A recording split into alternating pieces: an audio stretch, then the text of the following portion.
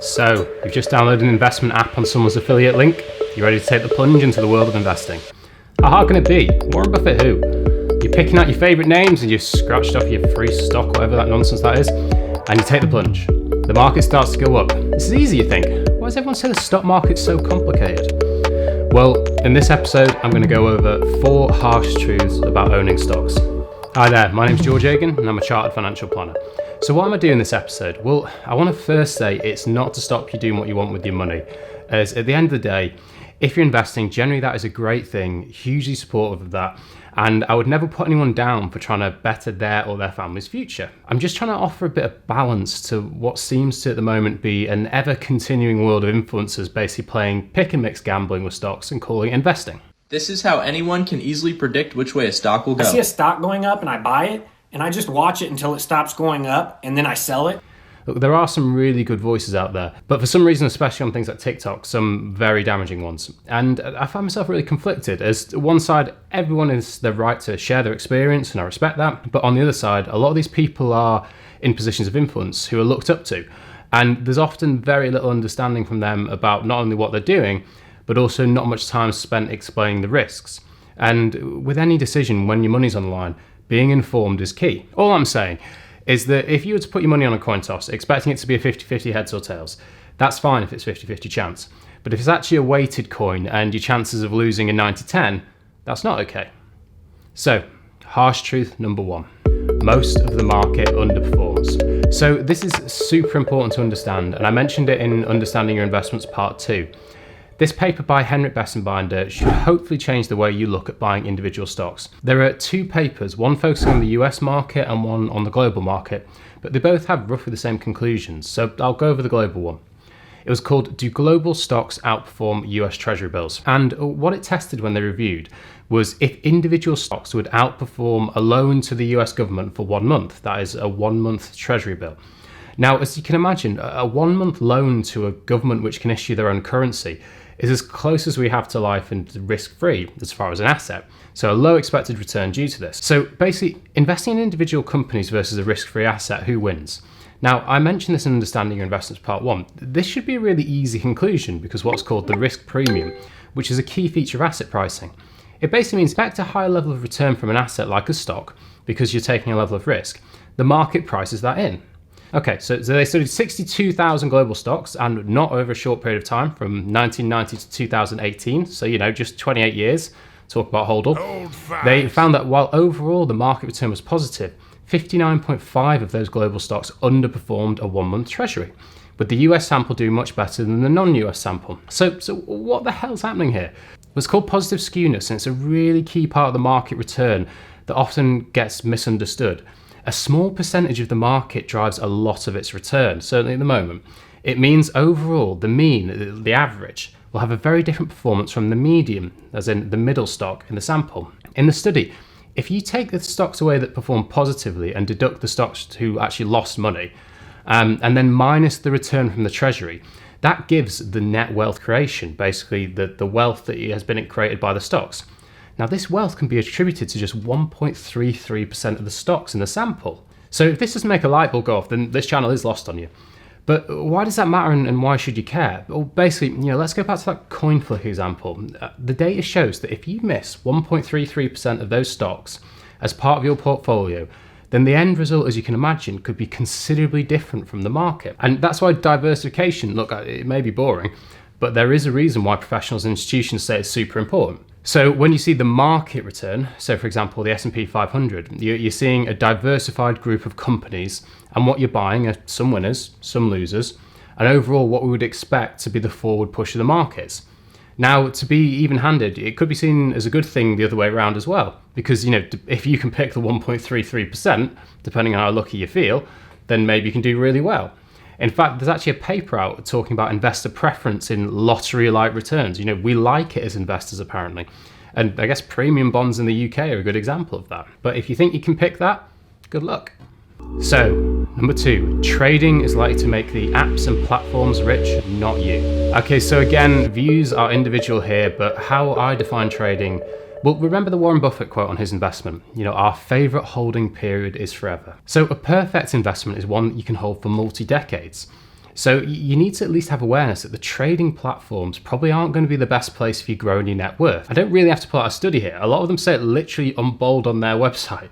So, that example I gave you before. So we know that the odds of picking the really great performers is statistically quite hard. But also, the less time you hold an investment, the higher chance you have of losing money. Here's a list of the S&P 500. This is a diversified set of stocks. So even there's still a 25% chance of a negative return if it's held for less than a year. And of course, these are historical guides and hardly hard and fast rules, but it just gives you an idea. And also, if you're going after a popular stock because #meme life, and yeah, the data shows that sucks too. From data studying Robinhood traders, they found investment herding, basically just following everyone else, produced reliably naff results.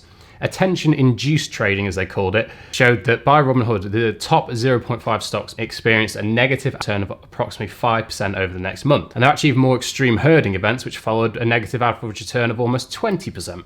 The reason this sucks is obvious, because not only trading costs can have an impact on your returns once you factor in charges that are applied, but the more you trade in and out of stocks, the higher chance you'll have of losing money. So just remember that every time you trade, you're flipping the coin, which could be reducing your probability, but also incurring trading costs. Trading is not investing. So Robinhood customers traded 9 times as many shares as E-Trade customers and 40 times as many shares as Charles Schwab customers. So look, watch my chapter on the risk scale and about trading and investing on 10 things schools don't teach you about money, where I go into that a bit more. And I appreciate we don't have Robinhood in the UK, but there are obviously similar options. So I also want to kind of bring us back to a wider point and a less figure-heavy reason, which is in the book Psychology of Money, a chapter called Getting Wealthy versus Staying Wealthy. And to summarize it, anyone can kind of get lucky and get rich, but staying wealthy is a skill which requires discipline. If you normally kind of want to win a game, you don't stack the odds against you. So number 3, today's winners may not be tomorrow's. So there's one thing that we're all kind of victim to, which I think is hindsight and recency bias. We think that what happened in our life recently will always happen, and this makes it difficult for us to see things in a more historical context. And when you combine that with the fact that our minds tend to judge things with these benefits of hindsight, it can be really tough to fairly assess your own decisions. You think it's easy to pick the winners in advance. Well, do you know what? Don't listen to me. Lots of successful companies born of the internet. They're going to have very large market caps and so on. I also believe that today, where we sit, it's very hard to predict who those companies are going to be. But there are no guarantees. It's very, very hard to predict. If you go back and look at the companies created by the PC revolution, in 1980, you probably wouldn't have predicted the 5 winners. So just for a bit of historical context, let's look at a few examples. Now, I'm going to mention a few companies now purely for reference, for educational purposes and historical purposes. Now, obviously, this isn't advice to do anything with these stocks. I just can't reference history without actually putting some names in here. So just to be super clear, not a recommendation. General Motors was once one of the largest companies in the US market. Founded in 1908, it had over 50% market share in the US for cars in the 1960s. This was a true household name and considered to be one of the most familiar names in corporate America. Around the years 1947 to 54, almost 35% of the US market's annual market return was down to General Motors. Like many market leaders, the problems they faced from their peak was increased competition from a more global market and high fixed costs, which led the company into bad times. They stopped making profit in 2005, and on June the 8th, 2009, General Motors filed for government-backed Chapter 11 bankruptcy. Since then, it's split off to an entirely new company and what we know today. General Electric was a true tech company of its day, a multinational conglomerate. This is one of the 12 original companies in the Dow. Through its time, it's been a major force in computing, aviation, power and healthcare, to name a few. In the late 90s, there was a time that almost 10% of the US market's return was driven by GE. Since then, ballooning pension obligations and the impact of its connections to oil and being hard hit by the COVID crisis, in September 2000, it's traded for about $59 a share. Now, it's around 11. So, number 4, a good company can be a bad investment. This is a really important thing to understand. A lot of people buy a company because it's familiar, or basically some sort of narrative, like, I think this will be big, or this is everywhere, or whatever. Or, it's so massive it can't lose. Well, if you're looking at individual stocks, you need to think about it slightly different. And here's to quote Ray Dalio. A lot of people don't understand, which is to be successful as an investor, you have to bet against the consensus and be right. First of all, why? Why can't we just buy stocks we think are Well, the consensus is built into the price. It's not just how good a company is, but also how good a company is compared to what's baked into the price. What happens when an asset is priced? It's the discounted value of its future cash flows. So very basically, a stock price will expect to change if it's expected to produce more or less future profits, or perhaps the discount rate changes. We can't really know which of these two drives the change or what proportion creates the fluctuation, but that's a very basic starting point.